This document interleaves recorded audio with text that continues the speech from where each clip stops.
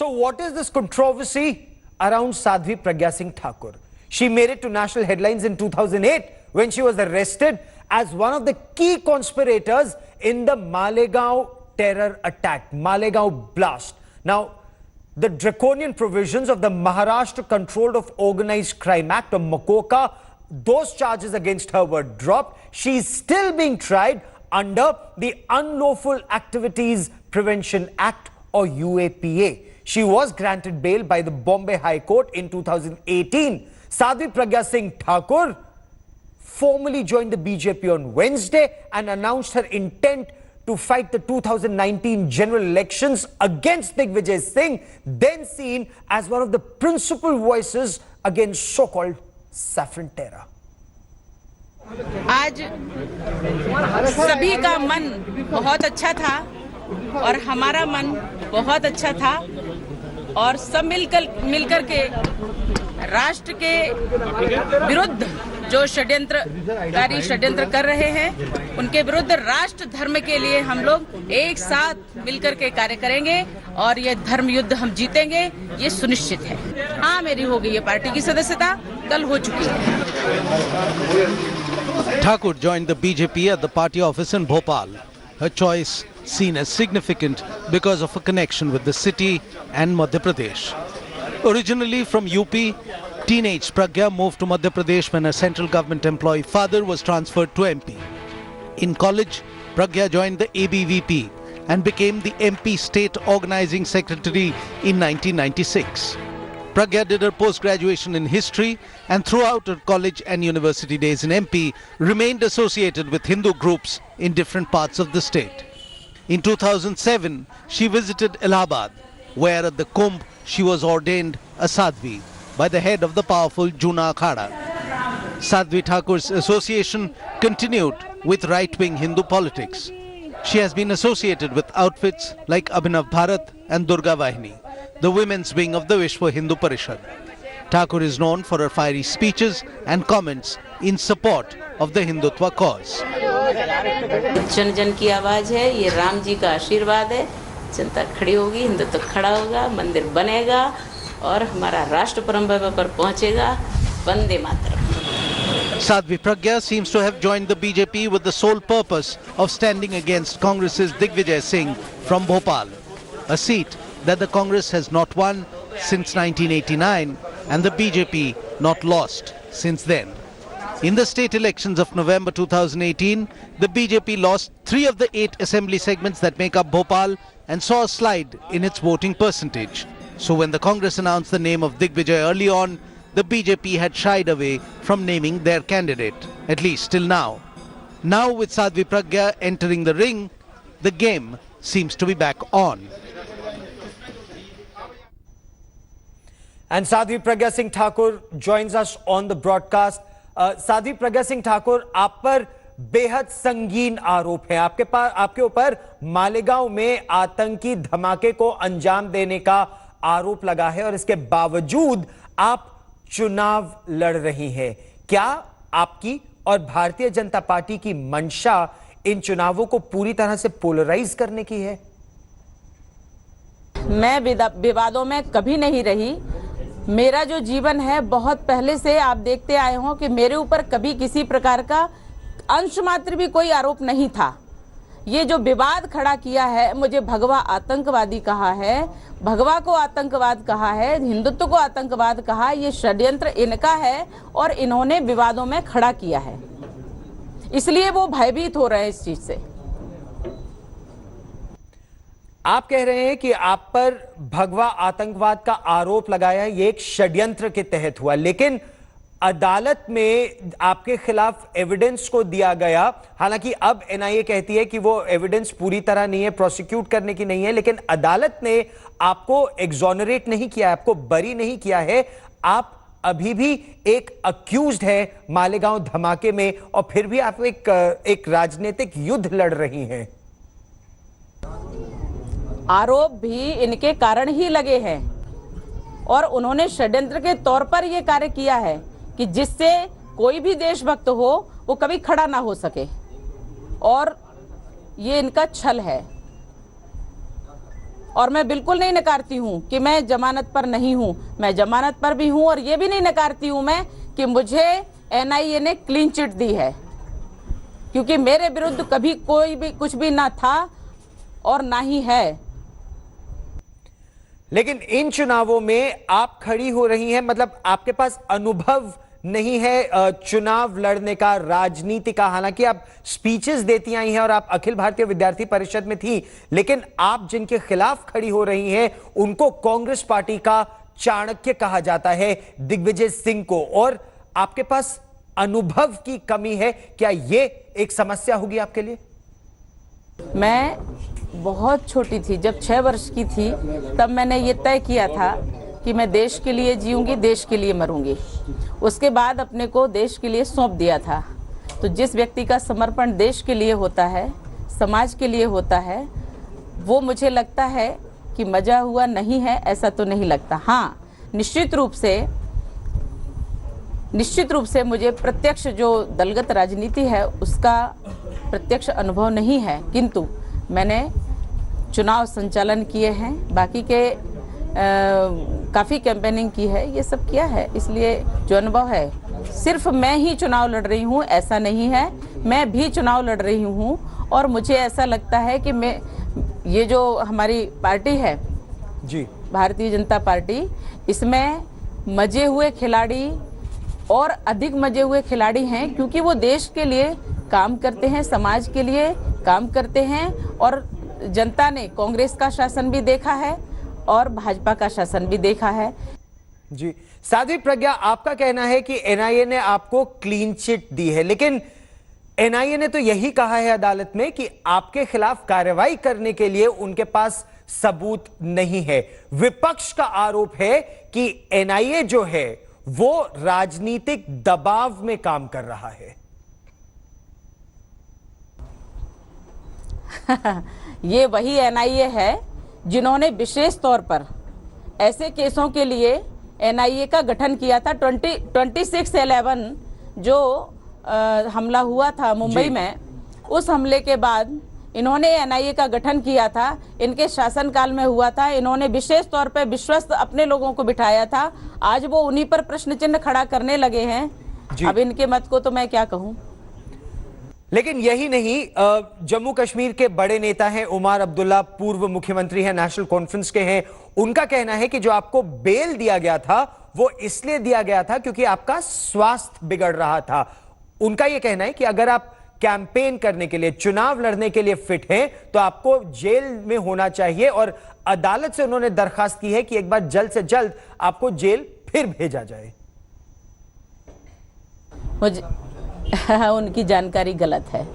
मुझे ऐसा लगता है कि गनीमत है उन्होंने ये नहीं कहा कि इनको तत्काल फांसी पर लटका देना चाहिए, क्योंकि इनका षड्यंत्र तो यही था।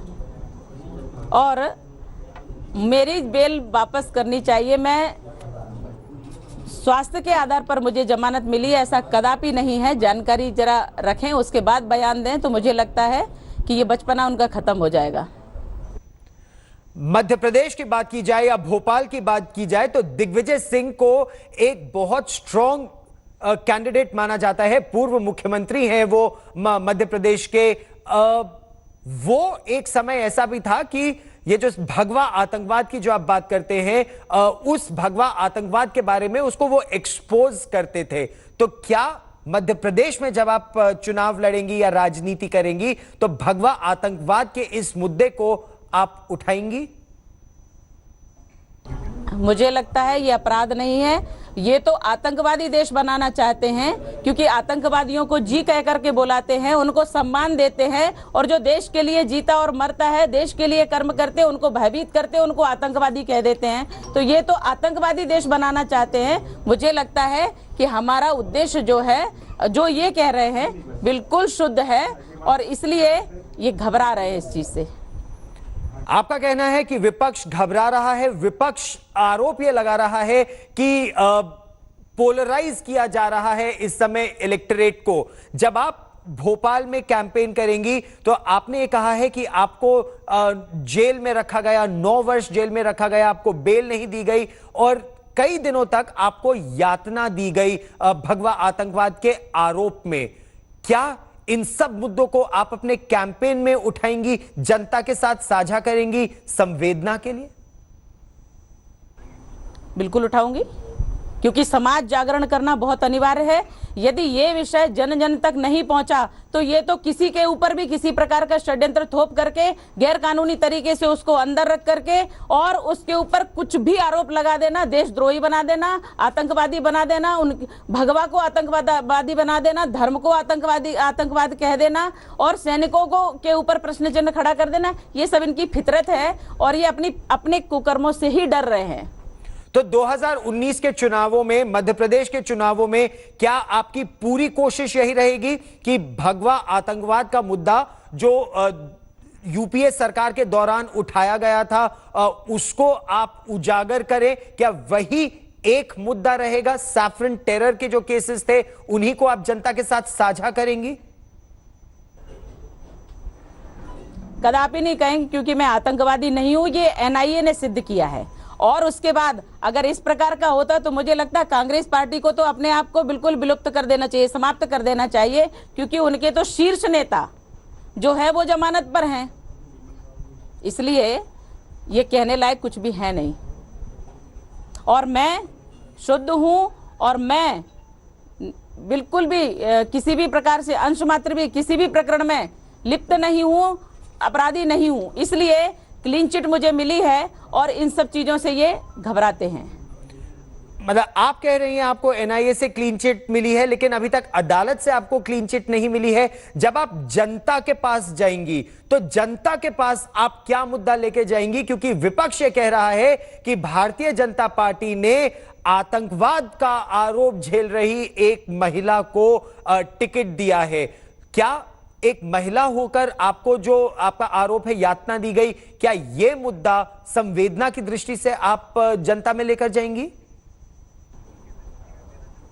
क्यों नहीं ले, मैं सिंपैथी अगर होती है तो इसको मैं गलत नहीं मानती हूं, क्योंकि समाज में संवेदना होनी चाहिए और कांग्रेसी समाज को संवेदनहीन करना चाहते हैं। ये जो संवेदना है ये अगर भारत मनुष्य के हृदय से खत्म हो गई तो वो मृत होता है। और बता दूं कि इन्होंने मुझे मृत करने का प्रयास किया, लेकिन मेरे ठाकुर ने, मेरे प्रभु ने रक्षा की है। और निश्चित रूप से ये जो संवेदना है, ये जो चेतना है, ये मनुष्य के अंदर होनी चाहिए। हमारे भारत के नागरिकों को ये पता होना चाहिए कि किस प्रकार से कांग्रेस षड्यंत्र करती है, किस प्रकार से फंसाती है, किस प्रकार से कानून का दुरुपयोग करती है और किस प्रकार से मानवीयता खत्म करती है, मानवीय संवेदनाएं खत्म करती है। देश के विरुद्ध कैसे आघात किया जाता है, देश के विरुद्ध कैसे घात किया जाता है, ये उनको समाज में जागृत होना चाहिए। और गैर कानूनी तरीके से जिस प्रकार से इन्होंने मुझे प्रताड़ित किया, मेरा पूरा शरीर तोड़ दिया इन्होंने, सिर्फ और सिर्फ मैं प्रभु की कृपा से जीवित हूं तो आज ये पीड़ित हो रहे हैं। मैं चाहती हूं कि इनके समक्ष इनका जो प्रमाण है, कुकर्मों का जो प्रमाण है, वो बोलेगा और जन जन तक ये आवाज पहुंचेगी तो इनकी हालत इनको समझ में आएगी। साध्वी प्रज्ञा, ये भी बात है कि 1989 से लेकर अब तक भोपाल की सीट बीजेपी के पास रही है, लेकिन अगर विधानसभा चुनावों की बात करें तो क्या आपको भी ये लगता है कि हवा बदल रही है? क्योंकि कांग्रेस की 3 सीटें आई हैं और भोपाल उत्तर और मध्य में वोटिंग पैटर्न कुछ ऐसा रहा है कि कई लोगों को लग रहा है भोपाल की हवा बदल रही है। और दिग्विजय सिंह बहुत मंजे हुए खिलाड़ी हैं, उनके लिए भी ये प्रतिष्ठा का युद्ध है। आप इसे धर्मयुद्ध कह रही हैं, लेकिन विपक्ष कह रहा है कि आप पर आतंक का आरोप है और आप तो बेल पर है, बेल पर बाहर है इस समय।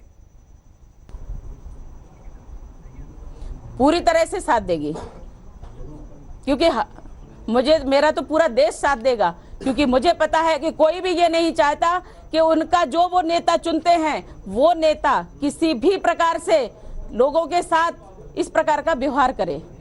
वो नेतृत्व चाहता है और स्वच्छ नेतृत्व चाहता है, और मुझे लगता है कि इनके पास वो चीज का बिल्कुल पूर्णतया अभाव है। साध्वी प्रज्ञा, आपने हमसे बात की, बहुत बहुत धन्यवाद। I also now want to cut across to India Today's Hemendra Sharma, who joins us from ground zero. And Hemendra, Sadhvi Pragya insists that one, no terror cases against her. Of course, she claims she's got a clean sheet from NIA, but the fact remains she is an accused in the Malegaon case as far as the UAPA case is concerned. What's the buzz on ground? How are people reacting to the fact that someone as strong as Digvijay Singh in Madhya Pradesh is now facing off with Sadhvi Pragya Singh Thakur? Well, the Bhopal election has somehow become one of the most talked about election now. In fact, as Sadhvi Pragya has jumped into the fray. But telling you a bit about Bhopal, for the past 30 years, as you were mentioning, this has been with the BJP. And of these 30 years, 15 were Shivraj Singh's rule and 10 were of Digvijay Singh's rule. So while Digvijay Singh was the Chief Minister of Madhya Pradesh for 10 years, he could not win Bhopal Lok Sabha for the Congress party. That's also a fact. This seat was always an easy seat for the Bharatiya Janata Party. Even during the recently concluded assembly elections, the BJP won 4 while the Congress got 3. So the BJP was in the lead, but they still chose to field in Pragya Thakur because they wanted to bring in the Hindu terror discourse into the national debate. So they have succeeded in doing that, and obviously because of this, the question of Hindu terror is not just being asked on the streets, but this is also something which the Congress party is trying to gear itself to and try to defend how they would defend it, because ultimately with Digvijay Singh as the opposition, the Hindu terror discourse does succeed for the BJP. Keep tracking that story, Hemendra. I will come back to you for more on this, but that is all I have time for on India Elects this evening. Many thanks for watching. Thanks for watching the video. For more such news and updates, please like, share and subscribe to India Today. Also check out our other great videos from our channel. We know you would love to.